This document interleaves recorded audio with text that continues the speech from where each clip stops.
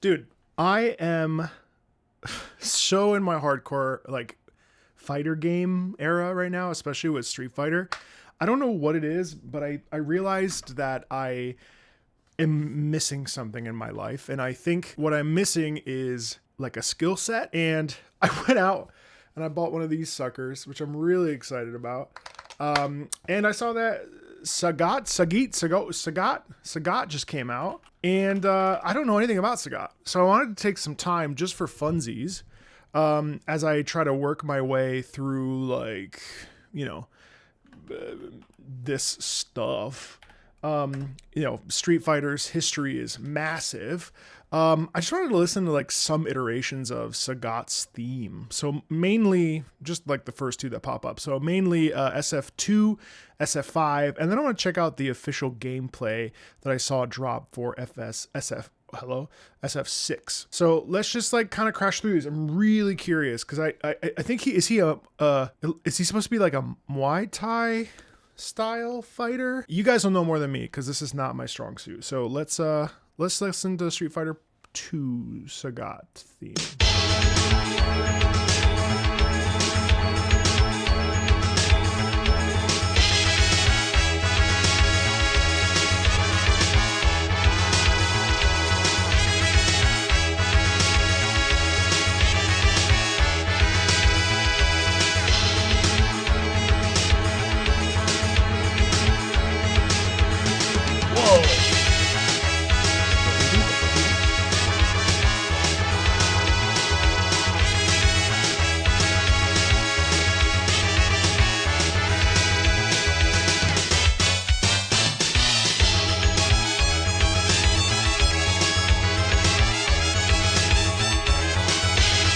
That's chaos.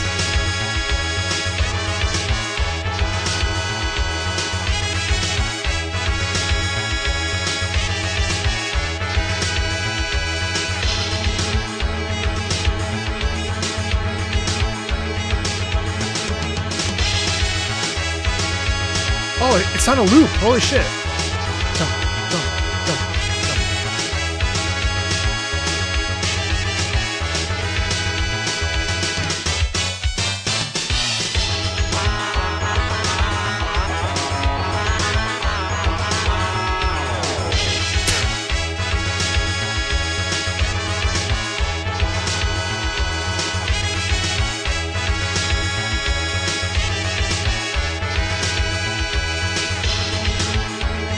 Yeah, so there's like a ton of dissonance in there. So it's interesting. You know, is that as good to me as say like Guile's theme? No, I think this one's a little bit snaky, sneaky, stealthy, movie. Like I know I've seen people constantly talk about tiger. I have no idea what that means, but like there's this there's a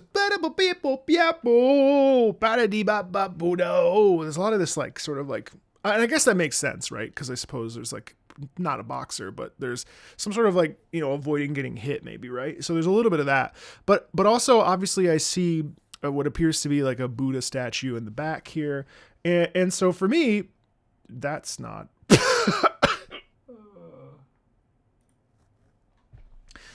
so for me, like, it's clearly like some sort of Buddhist, Hindu aesthetic.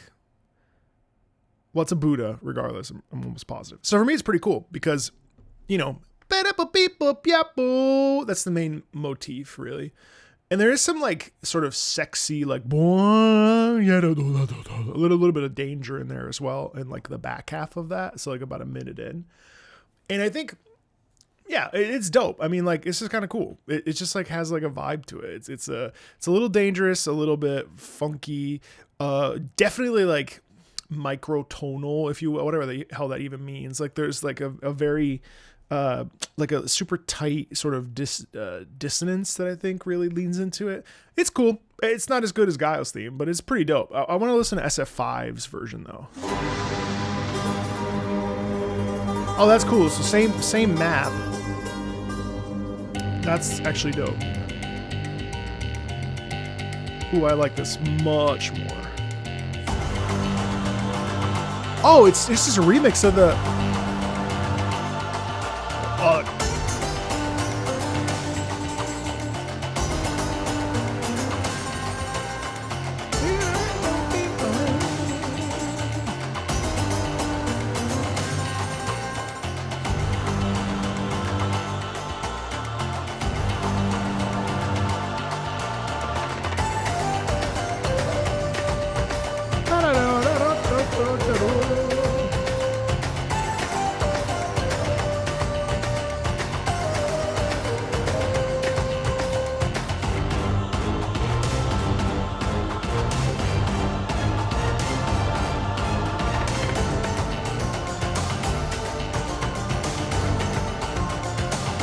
Yeah. Well, you know what's dope about that is that it ends up sounding more dangerous because it has the lower notes and then the choir. So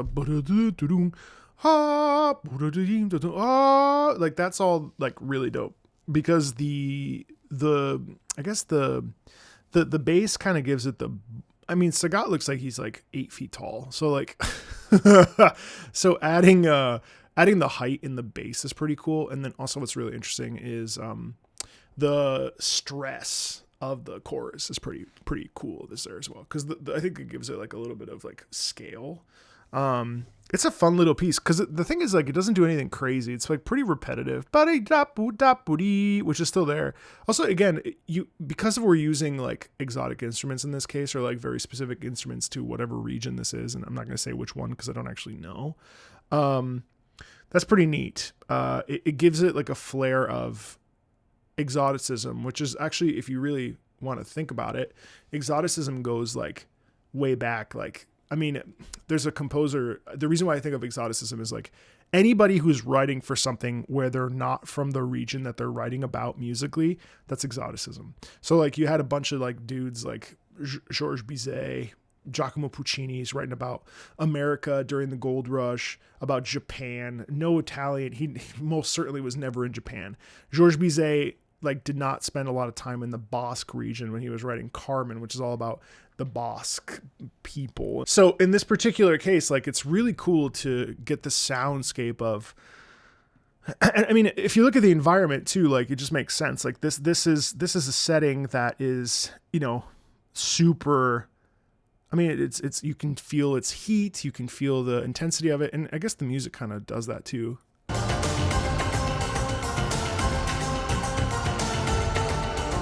Yeah. Yeah, actually, I was just thinking, like with that sound, you know, there's temples nearby, and I wonder too, like if there isn't, like there's like a connection, like a spiritual connection, almost like maybe Sagat is like Sagat King's court. So maybe the king is back. I saw another YouTuber's video. So it's almost like as if like there's like a religiosity in it, or like a sound of omnipotence, you know, like unstoppable. I don't know. It's dope.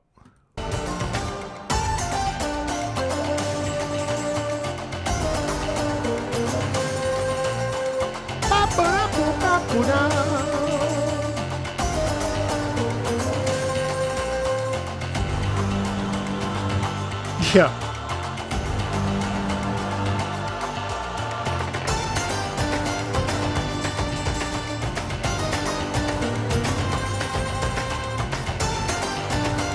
And then it's cool because we also get that like off-kilter rhythm that we hear in SF2.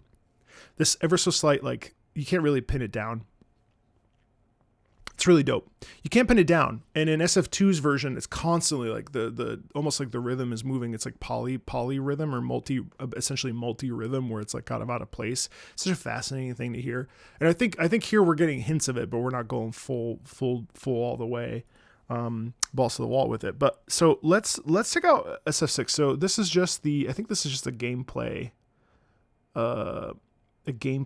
piece of footage, but I'm curious. I don't even know what he looks like, or I don't know what he plays like. Moreover, let's check it out. Let's see. The man who reached the pinnacle of that's Muay cool. Thai Same. And then became one Muay of the Thai. grand masters of an international terrorist organization, the Emperor Sagat. Emperor. He's blind.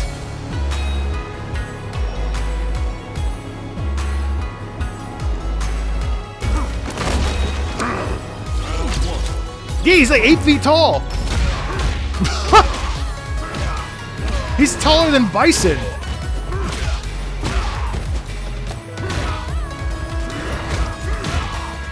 Oh my god, look how much taller he is than Ryu. That's hilarious. It will be my pleasure to test your strength. Oh my god.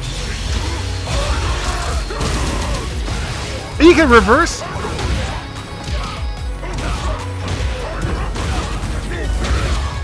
Gee, what a menace. Oh my god.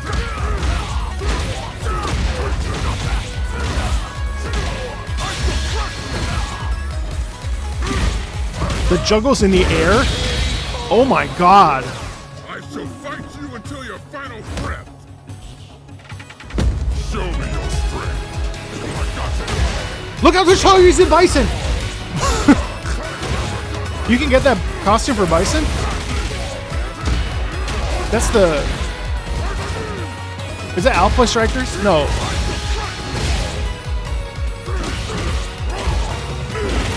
Oh, that's his OG costume.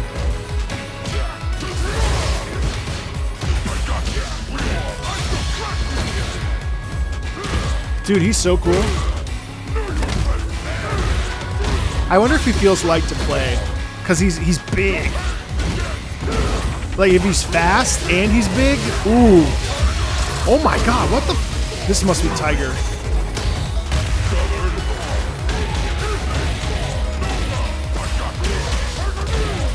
Oh my god, that combo is savage. Oh!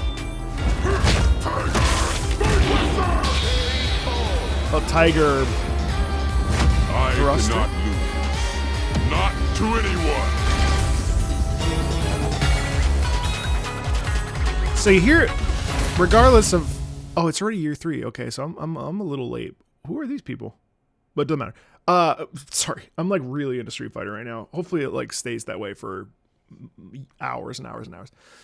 All that to say, like, what's really cool about that is that we actually sort of get like this pseudo lo-fi rendition of that theme that we hear from Street Fighter 2 and 5.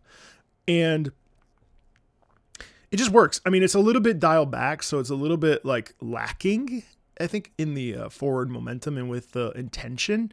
Now, that being said, I mean, I think like in general, Street Fighter 6's soundtrack, not that I'm like a Street Fighter music expert, and I actually hope to be within the next 6 to 7 months. Street Fighter 2 is probably the most raw of that sound.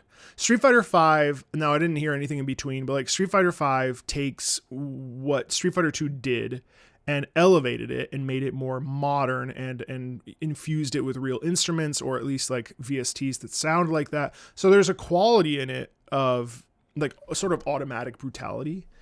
And then in this Street Fighter 6 version, it kind of dials it back. And I still think we get poise out of it. Like Sagat still looks like imposed. Obviously he's fucking 10 feet tall, but like there's this real feeling of like, I am strong, you know? And that's kind of the music we hear. It's a little bit lower, a little bit richer, a little bit more, well, pseudo kind of lo-fi, I think. And it produces the sound of like real, like, I am the king, you know, and that's the kind of, I am the king. That's the kind of sound that it produces, if that makes sense. Like there's this sort of like, I don't know, like a richness to it that's pretty dope. I mean, what a cool character. And I mean, this is literally just the beginning of me scratching the surface of my like fighting game journey. Like I'm in it to win it, and I'm like really excited because I don't know how long I'll be in it, right? But like there's something about like picking up a hitbox or a controller or, you know, whatever, and you know, just getting really good at something. And that is so similar to my opera days. Like sitting in the practice room over and over and over and over, do the combo, do the combo, do the combo, do the combo, do the combo. It's no different than when I was trying to manipulate these little 2 chords, right? It's just fun for that reason. And frustrating because then you get into the actual like space and you don't remember shit. But it's cool. It's cool to play as cool characters like this that are also kind of empowering. And like I think it's really fun to like see these big dudes and these beautiful, strong women and like, you know, like watch them fight. You know what I mean? Like that's cool.